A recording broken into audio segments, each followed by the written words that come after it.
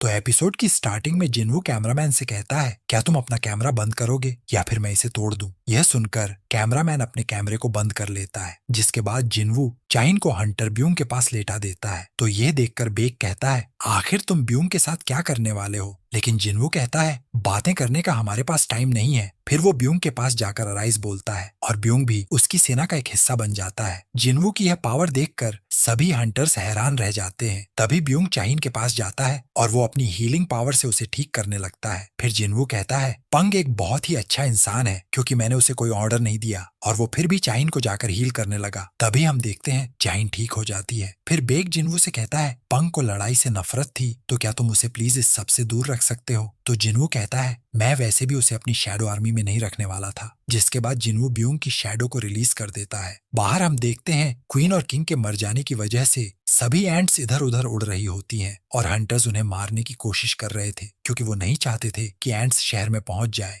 उधर S rank के Hunter अपने प्लेन में बैठकर वहां से निकल रहे होते हैं। तभी एक हंटर पूछता है, जिनवू कहाँ पर है? तो चॉय कहता है, वो आइलैंड पर रहकर बची हुई एंट्स और अंडों को खत्म करेगा। वैसे भी हम उसकी कोई मदद नहीं कर सकते। वहीं हम जिनवू को देखते हैं जो अंदर सभी अंडों को फोड़ रहा होता है और उन्हें फोड़ने से भी उसकी लेवल अप हो रही थी, जिसके बाद वह बची हुई एंट्स को भी मारने लगता है। जिनवू अब सोल लेवल पर पहुंच चुका था और वह एंट किंग के पास जाकर अराइज बोलता है, लेकिन तभी वह एक अंधेरी जगह पर पहुंच जाता है। जिनवू को कुछ भी समझ नहीं आ रहा होता है। तभी सब कुछ अचानक से नॉर्मल हो जाता है और एंट किंग भी जिनवू का गुलाम बन चुका था। फिर जिनवू को पता चलता है एंट किंग की शैडो बोल भी सकती है। तो जिनवू उससे कहता है, मैंने ही तुम्हें मारा था, तो तुम मेरी सेवा क्यों करना चाहते हो? तो एंट किंग कहता है, आपने मुझे मारा नहीं बल्कि आपके हाथों मेरा दोबारा से जन्म हुआ है और मुझे बहुत ही अच्छा महसूस हो रहा है, इसीलिए मैं आपकी सेवा करना चाहता हूँ। अब जल्दी से मुझे कोई नाम दीजिए। फिर जिनवू उसका नाम बेरू रखता है और बाकी मरी हुई एंट्स को भी अपना गुलाम बना लेता है। फिर जिनवू गुफा से बाहर निकलकर देखता है, वहां पर बहुत सारी एंट्स इधर उधर घूम रही होती हैं। तो जिनवू बेरू से कहता है, क्या तुम इन सबको मार सकते हो? और बेरू इतना सुनते ही सभी एंट्स को मारने लग जाता है। वहीं एस रैंक के हंटर्स के हेलीकॉप्टर्स पर एंट्स अटैक कर देती हैं। उनका जादूगर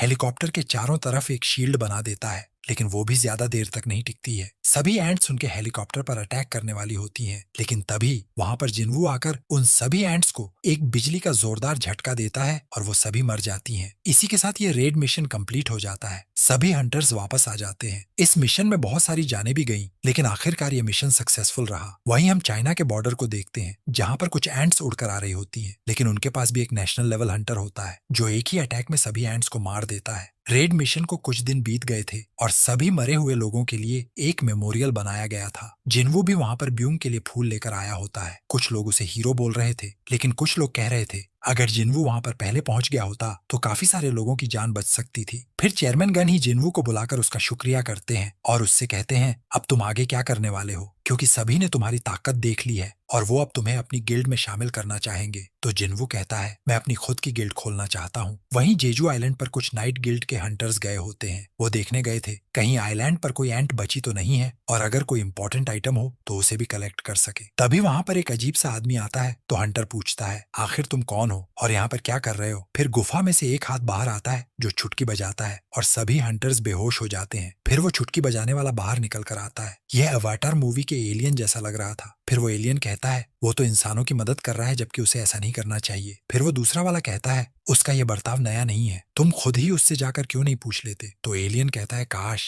मैं उससे मिल पाता। जिसके बाद वो दोनों अपना अपना पोर्टल खोलकर वहां से चले जाते हैं। वहीं हम जिनवू के फादर को भी देखते हैं जो छिपकर उन दोनों की बातें सुन रहे होते हैं। उधर जिनवू को गिल्ड खोलने की परमिशन मिल चुकी होती है और वह ट्रैफिक में फंसा हुआ था। तभी उसके पास चेयरमैन का फोन आता है और वह उसे बताते हैं जहां पर वह फंसा है वहां पर एक बी रैंक का गेट खुल चुका है। हंटर्स को वहां पर भेज दिया गया है, लेकिन उन्हें थोड़ा समय लगेगा। तो जिनवू उस गेट को देख ले। फिर जिनवू अकेले ही उस गेट में जाने लगता है, लेकिन जैसे ही जिनवू अंदर जाता है वो बी रैंक का गेट एक रेड गेट में बदल जाता है। जिनवू एक जंगल में फंस चुका था और उसे बहुत सारे मॉन्स्टर घेर लेते हैं। तो जिनवू भी उनसे लड़ने के लिए अपनी सेना को बाहर निकाल लेता है। जिनवू की सेना कुछ ही देर में सभी मॉन्स्टर्स का सफाया कर देती है। फिर जिनवू स्टाइल में चलते हुए आता है और वो कहता है, मेरा अगला शिकार कौन है? और ये सीजन यहीं पर खत्म हो जाता है। तो अगर आपको ये वीडियो पसंद आई है तो लाइक कर देना। इसके पिछले सभी एपिसोड्स के लिंक आपको डिस्क्रिप्शन बॉक्स में मिल जाएंगे। मैं मिलता हूँ आपसे बहुत जल्द किसी नेक्स्ट वीडियो में।